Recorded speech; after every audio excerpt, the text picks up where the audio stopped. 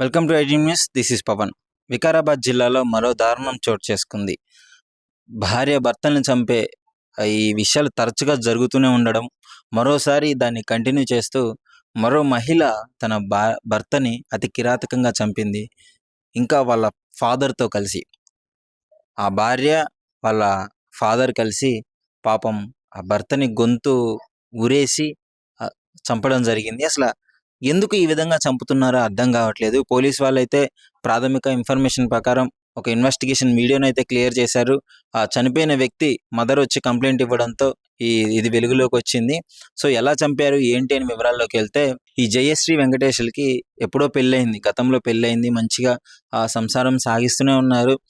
ఈ అనుమానం ఎప్పుడైతే వచ్చిందో అతడు తరచుగా తాగొచ్చి కొట్టి అనుమాన పడేవాడంట. వాళ్ళతో మాట్లాడుతున్నావు, వీళ్ళతో మాట్లాడుతున్నావు, అది ఇది అని చెప్పేసి తరచూ గొడవ పెట్టుకొని ఇష్టం వచ్చినట్టు కొట్టేవాడు అని చెప్పేసి చెప్తున్నారు.